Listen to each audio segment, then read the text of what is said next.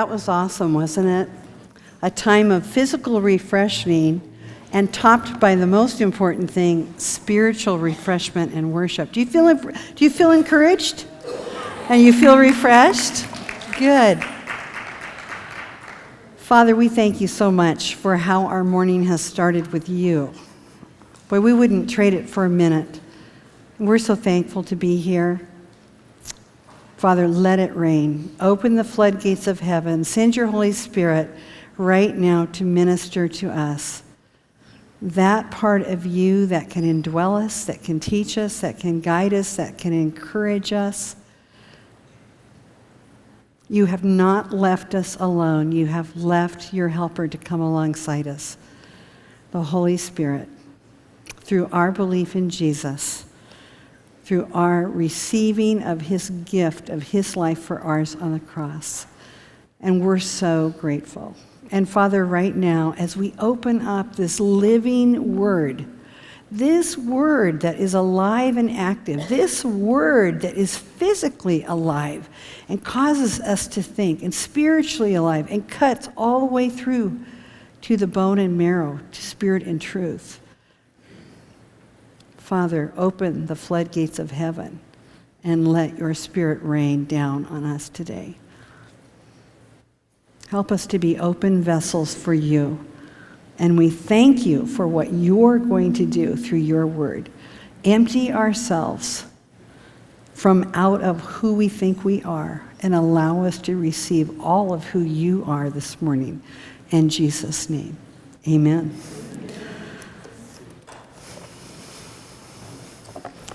If you have a Bible, there are 66 books in the Bible for those of you that are new and might not be familiar with the Bible. And in the first book, it's called Genesis. That's the book of the beginnings. And the second book that you turn to is called Exodus. And Exodus means the way out, the deliverance. And I'd like you to turn to Exodus 1. I have an ancient tale, but it's not a false tale. It's not a myth. It's a true story. It's an ancient tale that brings timeless truths to us today. Let's turn in our Bibles to Exodus 1. If you don't have a Bible, would you somebody share with that gal that doesn't have a Bible? If you need a Bible, there's Bibles on the table outside in the foyer that you can get. And I'll just give you a couple minutes to get there. The Hebrew title of this book is from the first verse. Now these are the names of the son of Israel who came to Egypt with Jacob. They came each one with his household. The Hebrew title means these are the names of, and it gives a history going forth. The English title that we call Exodus means the way out, and it's from the Greek translation of the Septuagint. The way out is the principal theme of the entire book of Exodus. Well, we'll be here for 4 hours doing the whole book of Exodus. No, we won't. Chris could just look at me and went, what? We are? We're going to touch on some really important treasures, some timeless truths that are going to touch us today, and hopefully they'll touch your heart and you'll walk away changed because of God's word.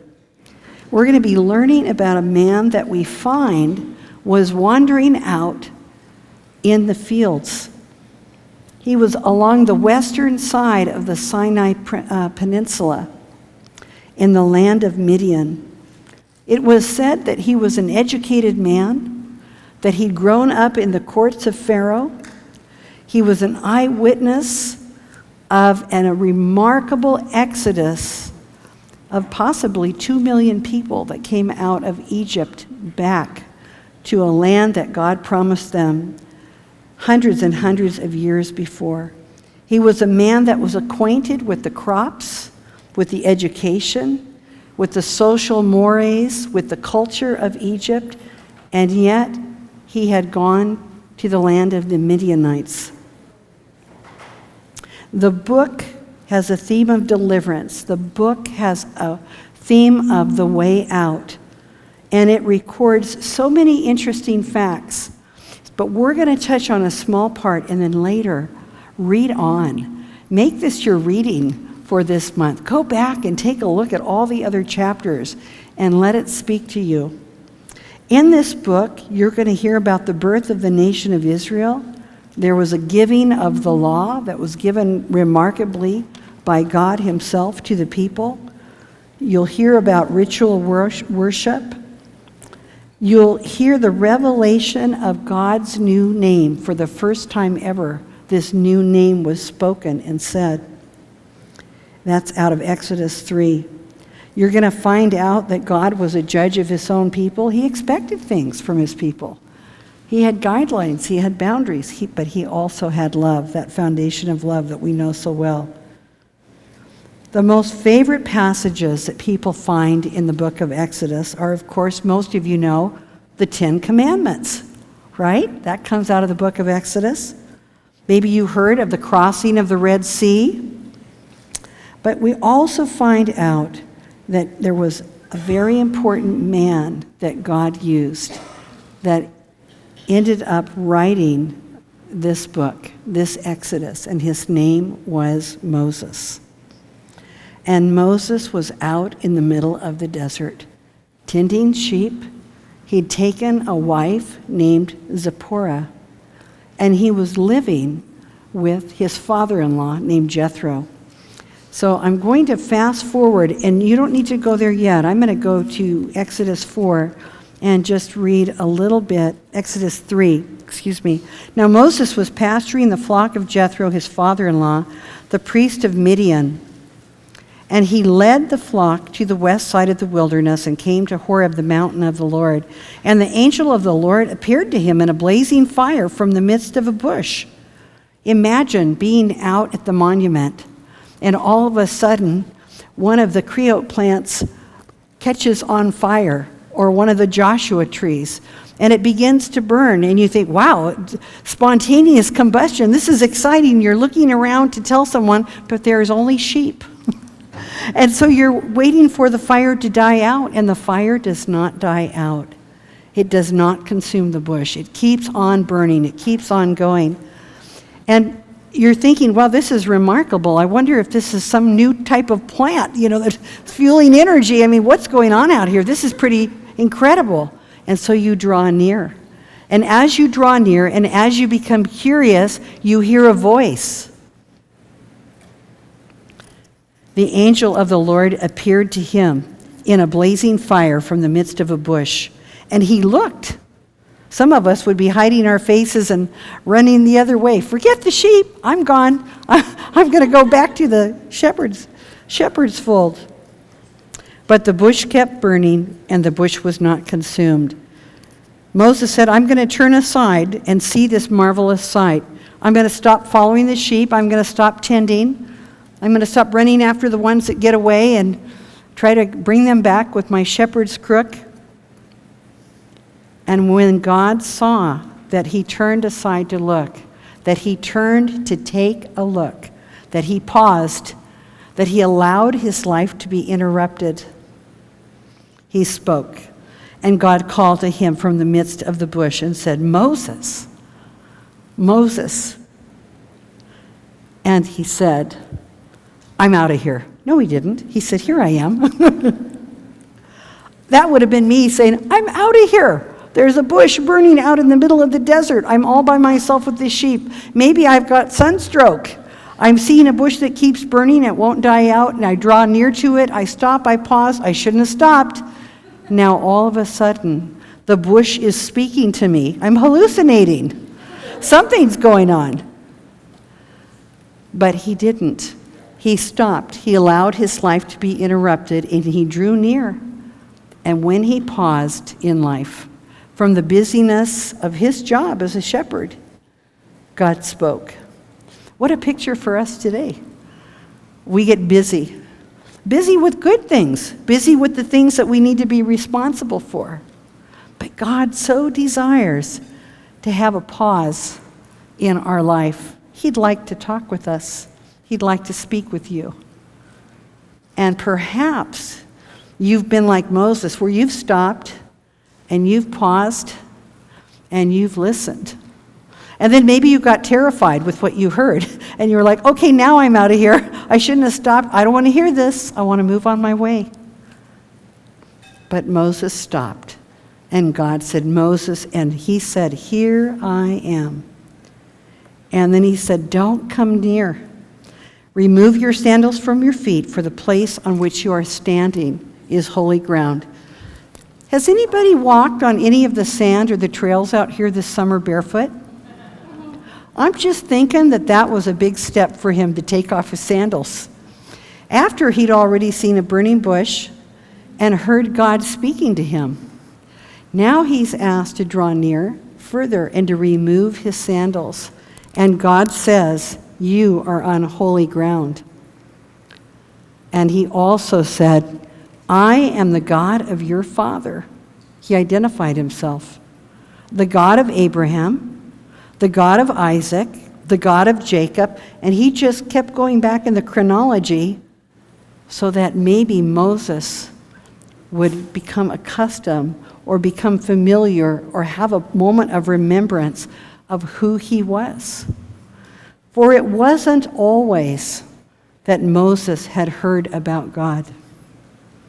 Moses hid his face, for he was now afraid to look at God. And the Lord said, I have surely seen the affliction of my people who are in Egypt, and I've given heed to their cry because of their taskmasters. I'm aware that they've been suffering, so I've come down to deliver them from the power of the Egyptians, and to bring them up from the land to a good and spacious land, to a land flowing with milk and honey, to the place of the Canaanite, the Hittite, the Amorite, the Perizzite, and the Hivite, and the Jebusite, and all those other sites that they were going to get to go to. And now, behold, the cry of the sons of Israel has come to me furthermore, and I have seen the oppression with which the Egyptians are oppressing them. At this point, Moses may have been thinking, I'm just out here minding my own business. I'm just tending the sheep of my father-in-law. I found this new family. I got a wife named Zipporah. I finally feel connected to a community. I'm obscure. Not a lot of people know where I am. I'm kind of hidden. I see a burning bush. I stopped. Now you're asking me or telling me that you're going to be doing something to do with the Egyptians. Well, I left that life. I'm out of there. That's behind me. I don't want to go back and visit that situation, those people. Ever felt that way? You paused. God got your attention. He started to speak. You said to yourself, I should have run. I should have run. I should have been listening. I should have run as fast as I could. And maybe some of you have. I know I have run before. But it didn't matter because God showed up with a burning bush somewhere else to get my attention. And then he presents something that maybe is a little uncomfortable for us to deal with, to think about, to make a change, to be useful in. Well, how did Moses get out to the wilderness anyway? Let's go back to chapter 1. Let's rewind our exodus. Let's rewind our way out and find out what really took place. As we go back to Exodus chapter 1, these are the names of the son of Israel who came to Egypt with Jacob. Remember, there was a famine in Israel, and everybody had no food or grain. And they were trying to get food, and the Egyptians were incredible with storing grain and storing resources. There were 12 brothers. They had been born to a father who had a particular preference for one of those brothers, and his name was Joseph. Joseph got sold into slavery by his brothers. We want that guy out of here. So they left him in a pit. He got purchased, then he got put into the household of a ruler, then he got imprisoned, But while he was in prison, God raised this guy up. No matter what hardship came his way, God used those hardships to make him more like himself, to grow his character, to make him complete. Whether he was imprisoned, whether he was oppressed, whether false testimony was given about him, no matter where he was, he rose, and eventually he became the prime minister of Egypt. And while he was the prime minister, one of his jobs was to take care of planning for the resources and the storage of the grain. And during that time, his brothers, who years and years, decades before, had sold him into slavery, showed up. And he recognized them, but they did not recognize him. And God used what man had meant for evil, God used for good. And those 12 brothers, they came, the 11 brothers came to join up with their other brother and their father. And that's how the story began. So these brothers right here, Reuben and Simeon and Levi and Judah, Issachar, Zebulun and Benjamin, Dan and Naphtali, Gad and Asher, all of these were the persons who came from the loins of Jacob. They were the sons of Jacob.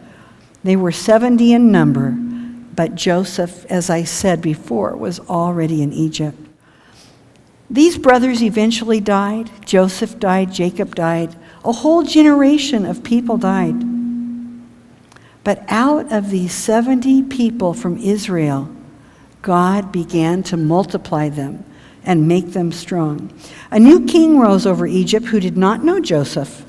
And he said to his people, "Behold, the sons of Israel are more and mightier than we. Come, let us deal wisely with them, lest they multiply, and in the event of war, they also join themselves to those who hate us and fight against us and depart from the land."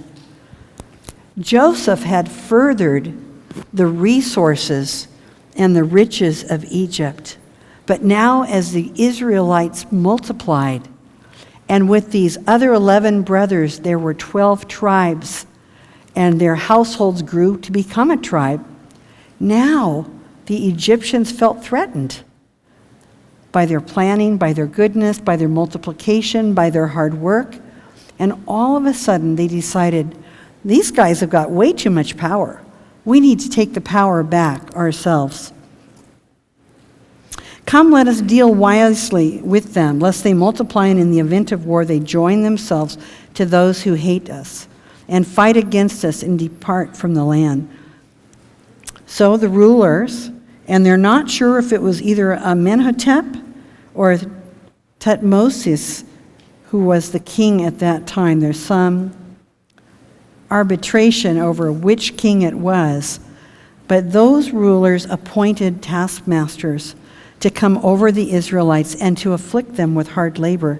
Now, they came to Egypt of their own choice, but many times we make decisions to get involved with something, and before we know it, we've dug in, and it's not so easy to make a turn and go the other way. And that's how the Israelites found themselves. They now had tribes in the land. It wasn't so easy to just pick up and depart because the Egyptians were being hard taskmasters. And so they stayed, and the Egyptians decided to make it hard on them. And they built for Pharaoh storage cities, Pithom and Ramses. But the more they afflicted them, the more they multiplied, the more they spread out, so that they were in dread of the sons of Israel. No matter what the Egyptians did to them, they just kept doing well. They had God's favor. They had God's blessings. So the Egyptians compelled the sons of Israel to labor rigorously, and they made their lives bitter with hard labor in mortar and bricks and in all kinds of labor in the field and all the labors which they rigorously imposed on them. And the king of Egypt, when they saw that they were continuing to multiply and that they couldn't break them, he had to think of another way to subdue these Israelites. So he went to the Hebrew midwives and said, "Listen, when your people have babies, when a boy baby is born, we want you to take that life of that baby. We want those babies not to have life. Their lives need to end. And he was asking the midwives to kill the male babies to eradicate the growth of the Israelites. Well, the Hebrew midwives, they feared God. They knew that was wrong. And he said, when you are helping the Hebrew women to give birth and see them upon the birth stool, if it's a son, you shall put him to death, but if it's a daughter, she shall live. But the midwives, fearing God, did not do as the king of Egypt had commanded them, but they let the boys live. So the king of Egypt, if that didn't work, he was going to try something else. So he called to the midwives, why have you done this? And let these boys live. And the midwife said to Pharaoh, well, you know, those Hebrew women, they're so hardy. They have those babies before we can even get there. I bet those rulers were scratching their head thinking, how do we stamp out these Israelites? They just keep coming. They're like the ever-ready bunnies in the desert, right? So God was good to the midwives. He blessed them because they did not dishonor God's charge of honoring life. No matter what opposition came their way, they could have been killed for not obeying the rulers of the land, but they spared these Hebrew male children. And the word says that God was good to the midwives, and the people multiplied and became very mighty. And it came about because the midwives feared God that he established households for them. Then Pharaoh commanded his people, saying, every son who's born to you, cast him into the Nile. I mean, if we can't get him at the birth stool, we'll get him afterwards, and we'll throw those babies into the Nile River, which was where they drew their water and they did their bathing. And now, this is where they were going to end the lives of the Hebrew children. Now a man from the house of Levi went, and he married a daughter of Levi. And the woman conceived and bore a son. And when she saw he was beautiful, she kept him for 3 months. Imagine trying to keep a child alive. There are countries today that are protecting children. We don't think anything about that here in Joshua Tree and Yucca Valley and Morongo and the Coachella Valley. We have our children, and we don't think that somebody is going to come and take them away or end their life. But today, this very day, there are people hiding their children for safety because of people that don't follow the Lord, that have a desire for power. And the woman conceived, and she bore this son, and she kept him for 3 months. But when she could hide him no longer, she got a wicker basket made of papyrus plant probably, and covered it over with tar and pitch. You know, it's funny, the wicker basket, you know what the word is in the Hebrew for that? The little ark. The little ark. Reminds you of another story, doesn't it? And she got him a wicker basket and covered it with tar and pitch, and she put the child into it, and she set it among the reeds by the bank of the Nile. And his sister stood at a distance. Now, I always thought she set it on the water, but she didn't. She put it right on the reeds by the bank of the Nile. And his sister stood at a distance to find out what would happen to him. She was instructed to do this by her mother. She knew that from the palace, the princesses came down and they bathed. She knew that was a protected area. They did not have princesses of Pharaoh's court coming and bathing in the general public. So this was probably a very secure and private area where she placed the basket. And she stood at a distance to find out what would happen. And then the daughter of Pharaoh came down to bathe at the Nile with her maidens walking along the Nile, and she saw the basket among the reeds and sent her maid, and she brought it to her. And when she opened it up, she saw the child, and behold, the boy was crying, and she had pity on him. This was not a woman who knew God, but she had the heart of a mother, and she had compassion upon him. And she said, "This is one of the Hebrew children." And then his sister said to the Pharaoh's daughter, you could just imagine her skirting among the reeds, "Shall I go and call a nurse for you? Maybe I could get somebody that could nurse that baby for you." She just happened to be there. And of course, this princess is probably thinking, what am I going to do with this baby? I can't take him back to the palace. The rulers and even some of my family are killing babies." And so Pharaoh's daughter said to her, "Go ahead." So the girl went and called the child's mother, and she called a Hebrew woman that she would nurse the child for her. And Pharaoh's daughter said, "Yes, take the child away and nurse him for me, and I shall give you wages." Well, doesn't that beat all? I never got paid for nursing. Not one bit. I enjoyed it, but I think I could have enjoyed it more if I'd been paid for nursing. So here, Jochebed has this baby with her husband, Amram. She follows God's plan, regardless of what was happening in her culture. And she saves her child, and she steps out in faith, knowing that God has a plan for her, knowing and hearing the stories over the generations, how the Israelites would be as many inhabitants of the stars of the sky.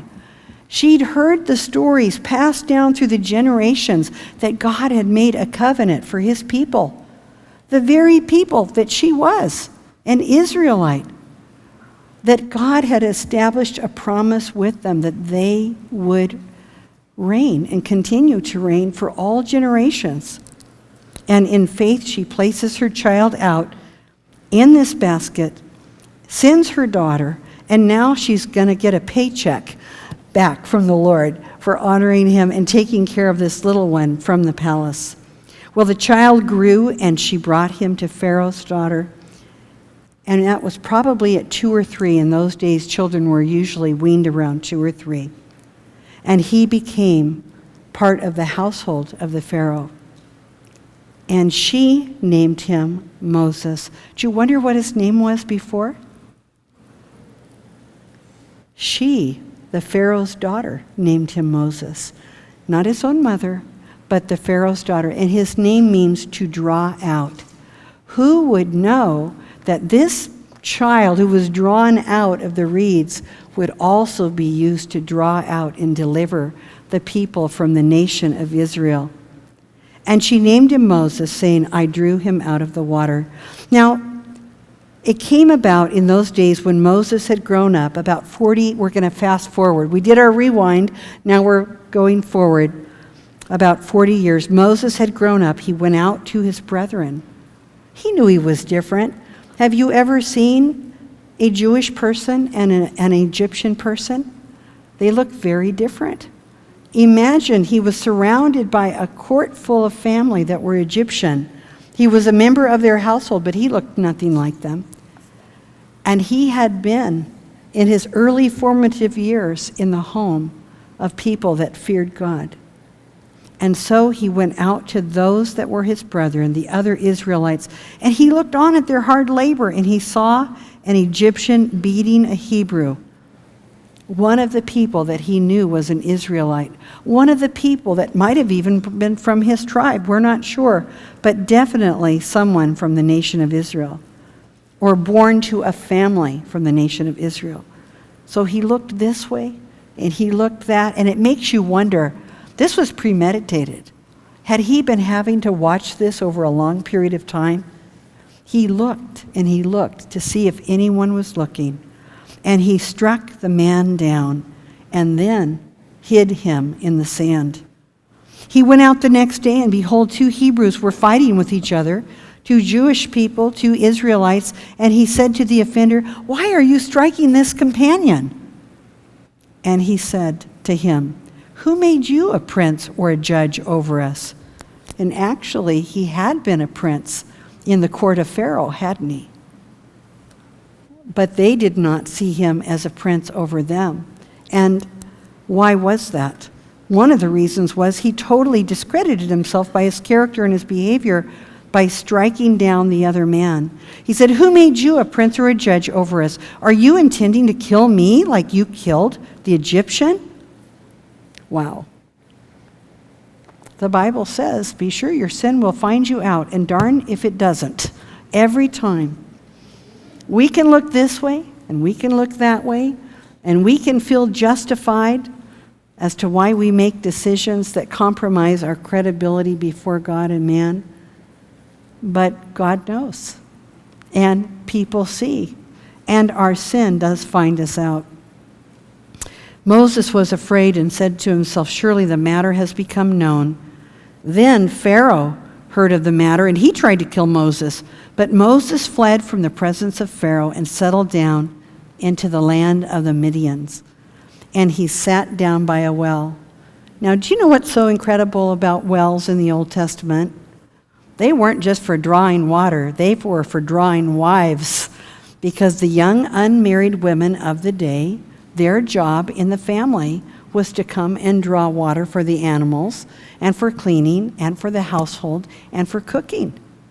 So, in a way, the well was like eharmony.com. You just had to sit out in the sun a long time instead of sit at the computer. So he was sitting at the well. And the priest of Midian that lived nearby had 7 daughters. And they came to draw water, these unmarried young women. And they filled the troughs of the water for their father's flock. A lot of wells had a stone, and you'd roll the stone away, and sometimes you needed a man to help you do that because the stones were heavy. And the water would flow down into these troughs that were near the well. And you could bring your whole herd of animals, your donkeys, your mules, your sheep, and they could take turns being refreshed. And many of these different wells were in different properties owned by different families. So there were watering rights across the land. As he sat at the well, the women were watering their father's flock, and shepherds came from a distance and drove them away. A bunch of men came out, and they just kind of pushed their way in and drove these women right out of the way, brought their own flock in, and these women didn't know what to do. They were vulnerable. They were out there in the middle of the Sinai Peninsula in the wilderness. And he saw this, and it bothered him. You know, God had put a heart in him of protection and a heart of passion and compassion. But clearly we see when the Lord gave him a first opportunity to demonstrate how to do right by another individual, he clearly didn't handle that leadership opportunity very well. It was leadership 101, and he killed the man over it. This time he handled things a bit differently. He assisted the women and helped them continue to water their flock. And when they came back to rule their father, he said, "Why have you come back so soon today?" And they said, "An Egyptian delivered us from the hand of the shepherd. And what is more, he drew the water for us and watered the flock." And he said to his daughters, "Well, what'd you leave him for out in the desert? Why didn't you bring him home? Invite him for supper." Boy, that man knew it was a lot of work to water that flock. And he said to his daughters, "Where is he? Why'd you leave him behind? Invite him to have something to eat." So Moses came. They went back and got Moses, and he was willing to dwell with the man. And that man gave him his daughter, Zipporah, to marry. And Moses married, and she gave birth to a son, and his name was Gershom. And Moses named him that, saying, "I've been a sojourner in a foreign land, and this is my son Gershom."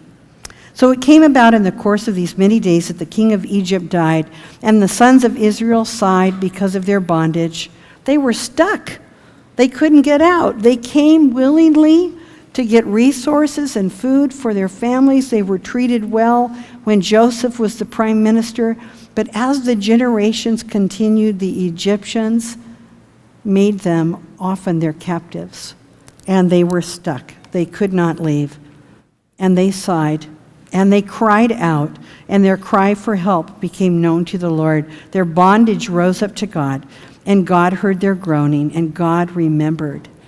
He hadn't forgotten, but he took note of that promise he made back in Genesis 16, where he said, "Your children will be as many as the stars of the sky. Your inhabitants will go on for all generations." He took notice of the son of Israel, and he saw the son of Israel. And I love that as I'm reading this through Exodus. I'm thinking, wow, if God could hear the cries and the sighs and the disparaged hearts and the discouragement and the feelings of oppression and the feelings of being stuck and the injustice, if he could hear their cries and he could notice them and he could see them and it bothered him, he can hear my cries. He knows about the things that happen in my life. I just need to tell him. He's the God who notices. He's the God who hears. He's the God who is affected by how we come before him. And with our cries and our prayers, and he takes notice of us and remembers us. We move forward a little bit further. Moses was pasturing the flock of Jethro, his father-in-law, the priest of Midian, and he led the flock to the west side of the wilderness and came to Horeb, the mountain of God. And the angel of the Lord appeared to him. And we've caught up to where we were before. And he says, Moses, Moses. And Moses says, here I am. We did a rewind, coming back to how did Moses get out to the middle of nowhere? And we found that he fled. It was his sin, it was his broken credibility, it was his disillusionment, it was what he saw happening to his people. His life was threatened by the family that he had been adopted into. Where could he go but to the wilderness? But in that wilderness, at a well, God brought life back into his life. And maybe you're in that wilderness today. Maybe there's something about your life that nobody knows about, and we don't need to. But maybe you've been running, and maybe you're feeling dry out in the wilderness, and your credibility's been shot. And maybe you've just experienced an injustice, and you feel like you've finally gotten away. Maybe you're brokenhearted. Maybe you've been mistreated, and here you are at the well. Well, I want to encourage you that God hears your cries. He notices you. He sees what you're going through, and he has a remedy for your situation. Now we're going to move forward and find out what happened to Moses. He got a wife, he got a family, he got a job. He was a shepherd out he went from the court of Pharaoh to being a shepherd out in the fields in the wilderness. So the Lord said in verse 8, I've come down to deliver them from the power of the Egyptians and to bring them up from the land. And I'm going to bring them to a land flowing with milk and honey.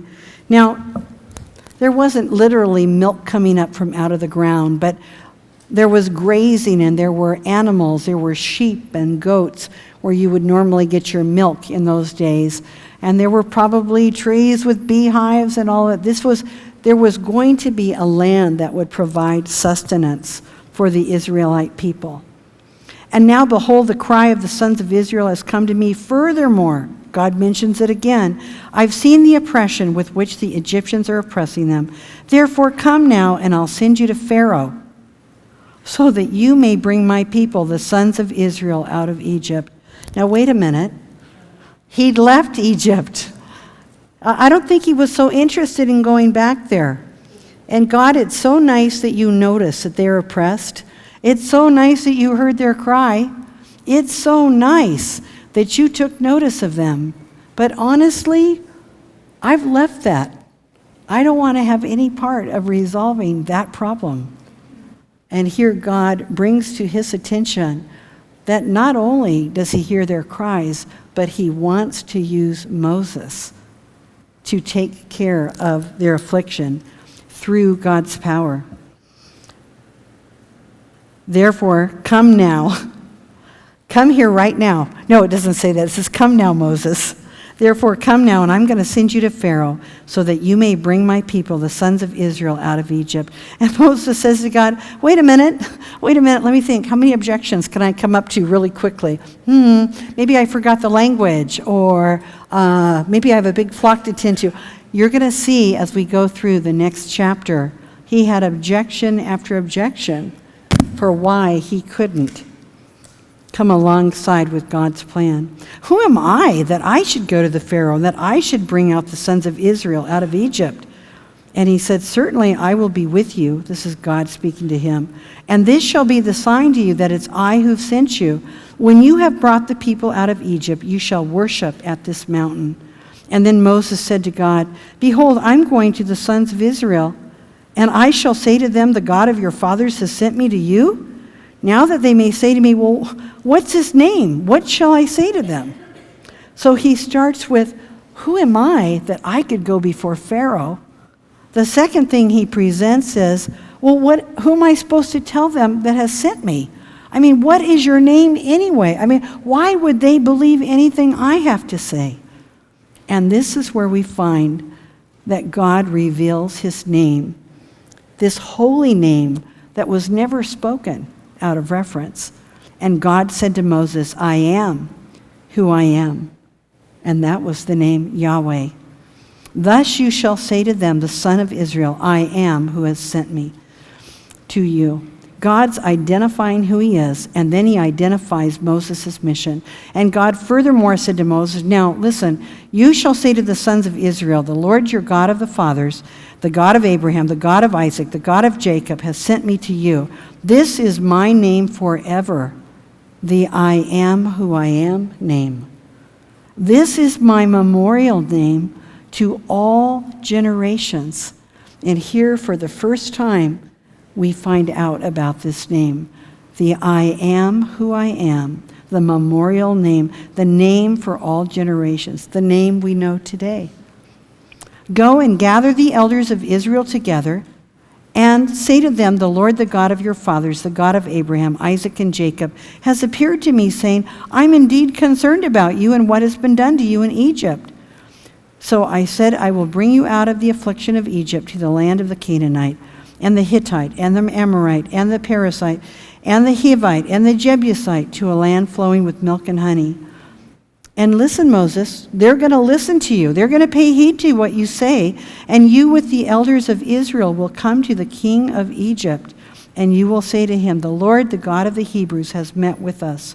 So now, come and let us go on a 3 days journey into the wilderness that we may sacrifice to the Lord God. Now wait a minute. Moses is sitting here hearing all of this, and he's thinking, I just want to shepherd the sheep. I have a wife. I have a life. I don't want my life interrupted. I can't go and speak. I don't know what to do. They're not going to believe me. How are they going to really receive that it's you who sent me?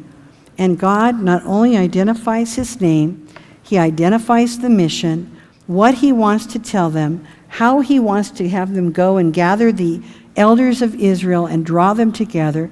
And then he says, and not only will you go back to your people, but now you're going to go before Pharaoh and say you want a 3-day retreat.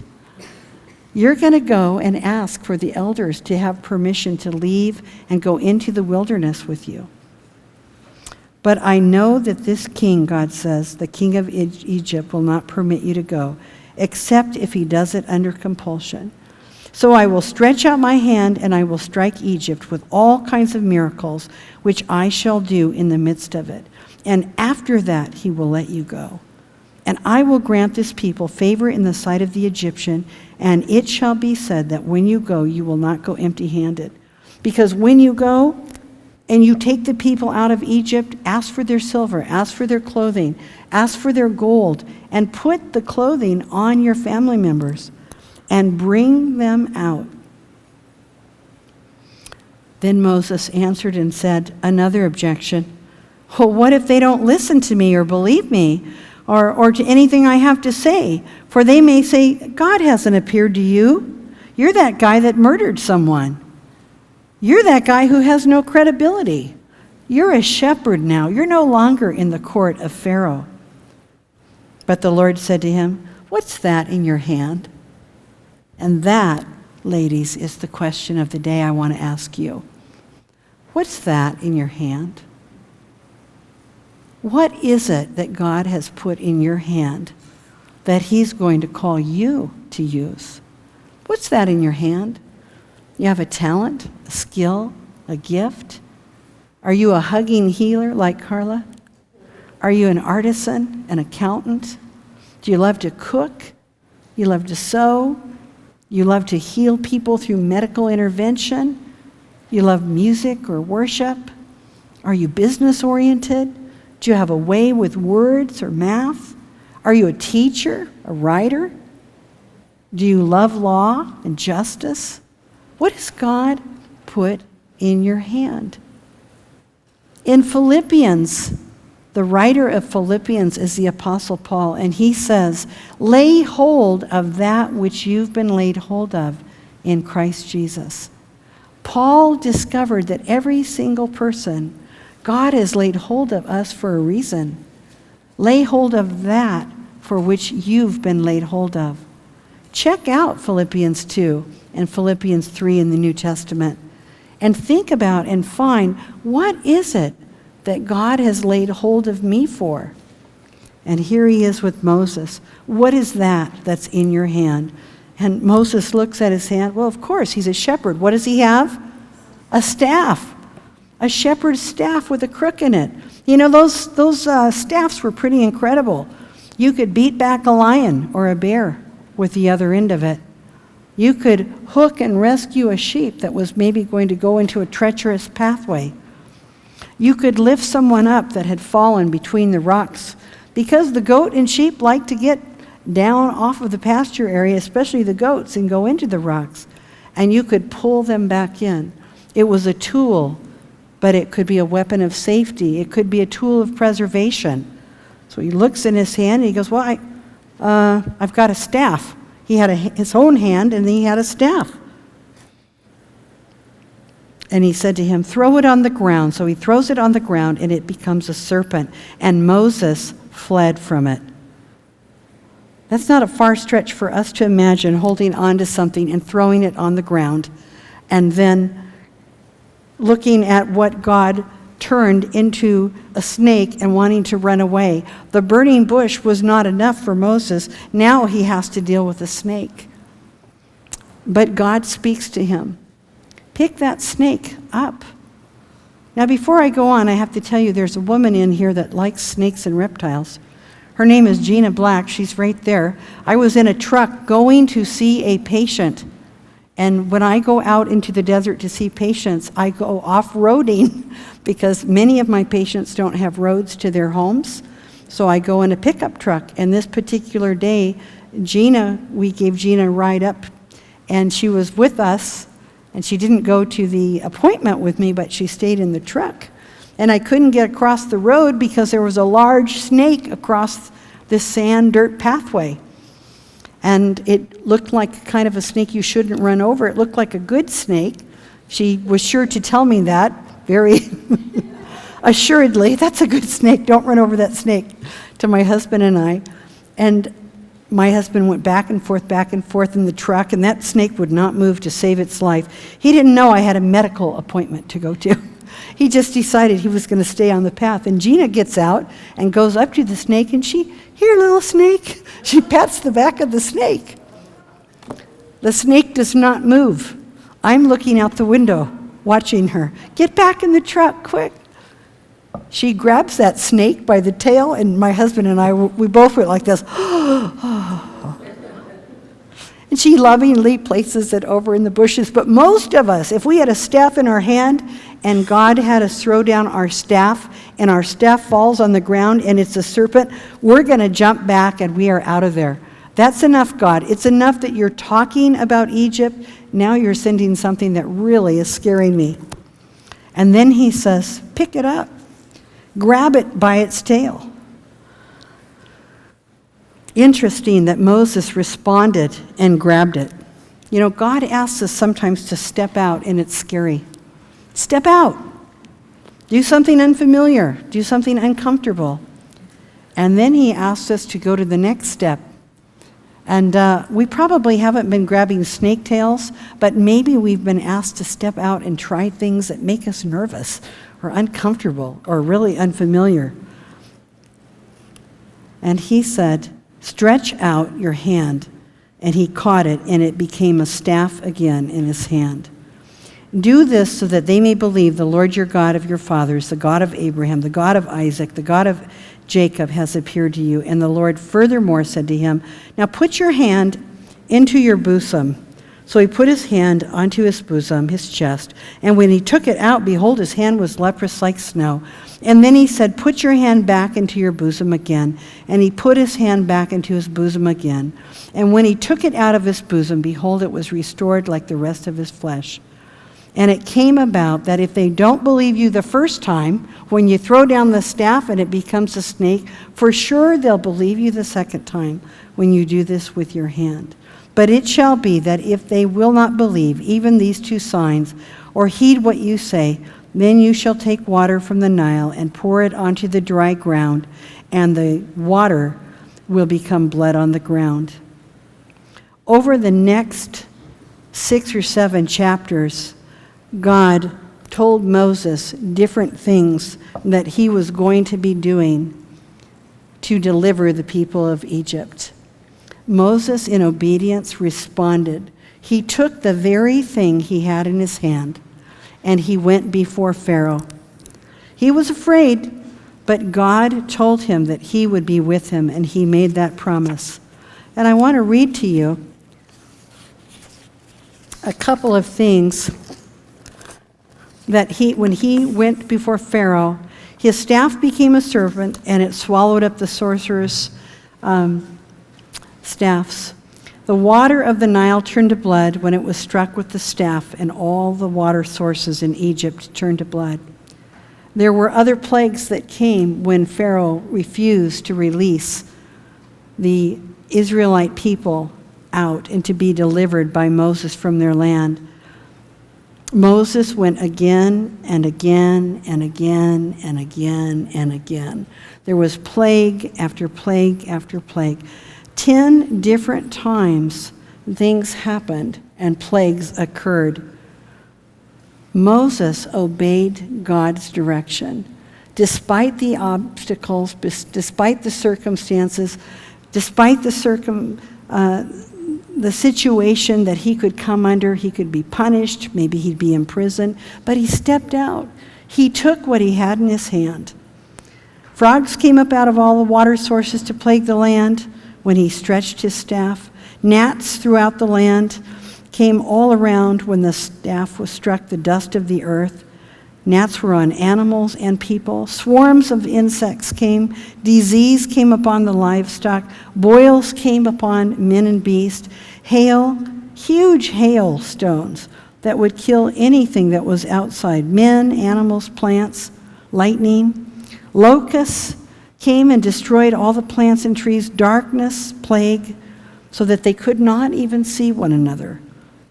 And then there was a plague of death that came to the firstborn of the male children in Egypt if they did not mark their homes with the blood of a lamb that had been sacrificed as God instructed. And in the very end, Moses took his staff and he struck the ground.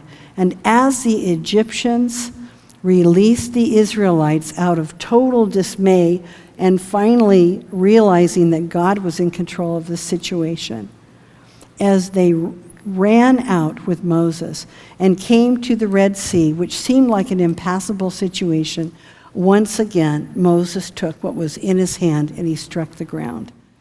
And the Red Sea parted. And the people passed into deliverance across the land. And they came to that land of milk and honey. And as the Egyptians changed their mind and followed them and wanted to slay them, God allowed the waters of the Red Sea to cease. And they were saved and delivered.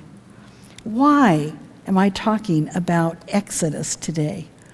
Why am I talking about plagues and what do you have in your hand? Ladies, we are in an age today where our world is changing. And there is oppression, and there are different circumstances, and people are crying out. And God has put something in your hand. I'm not sure what it is, but God knows. He has made you wonderfully. Psalms 139 says, He knew you before you were even substance. He knew you when you were fertilized in the intimacy of a man and a woman. He knew you before you were embryonic. He knows your days. He's numbered your days. But you have something in your hand today. Something in your hand. And as you seek God and seek to identify what He has for you, you might feel terrified. You might feel excited. You might feel inadequate and unprepared. But I want to encourage you, God is with you. He wants to direct and guide you. He knows exactly the mission, how to go about it. He knows how to equip you and make you strong. He knows how to take you into situations. As you read through the rest of Exodus, you find that each time Moses went before Pharaoh, Pharaoh just made it harder and harder and harder on the people. So don't expect that when you step out, that everything is going to be easy in serving God or in finding out what you have in your hand. In the New Testament, Mary was a virgin girl, probably around 12 or 13. She was betrothed to Joseph, and God invited her to a journey that nobody could imagine. She wasn't going to get the wedding of her dreams. She was going to become pregnant by the overshadowing of the power of the Holy Spirit. But she said yes to the mission that God called her to through the angel of Gabriel. And she gave birth to Jesus Christ, our Savior and our Redeemer.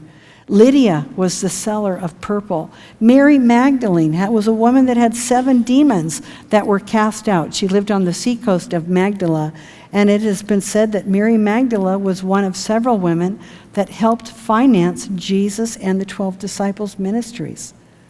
Peter's mother often had hospitality for the disciples when they came to their home, cooking and drawing water and being hospitable. And she had a fever, and Jesus came to her home and cured her fever instantly, and she got up and started serving.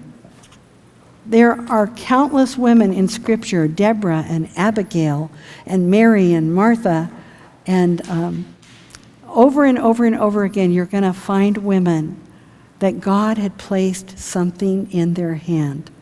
So what's in your hand today? What's in your hand? If you will ask God to reveal it, He will show you His mission and His plan for your life. He will guide you. He will direct you. He will protect you. The way could get rough, but this is an awesome time in the time of our history to say, God, I want to be a woman who takes what you've put in my hand and live for you. I want to use my life to serve others for you. In my sphere of influence, you might be out in the desert. You might be closer in the town. You might be spiritually feeling discouraged, but God can restore that, and He can take what's in your hand, and you can be a woman that can be about God's mission. It's not mission impossible. It's mission possible. You know, in Luke, I think it's 18:27, it says that when things are impossible with men,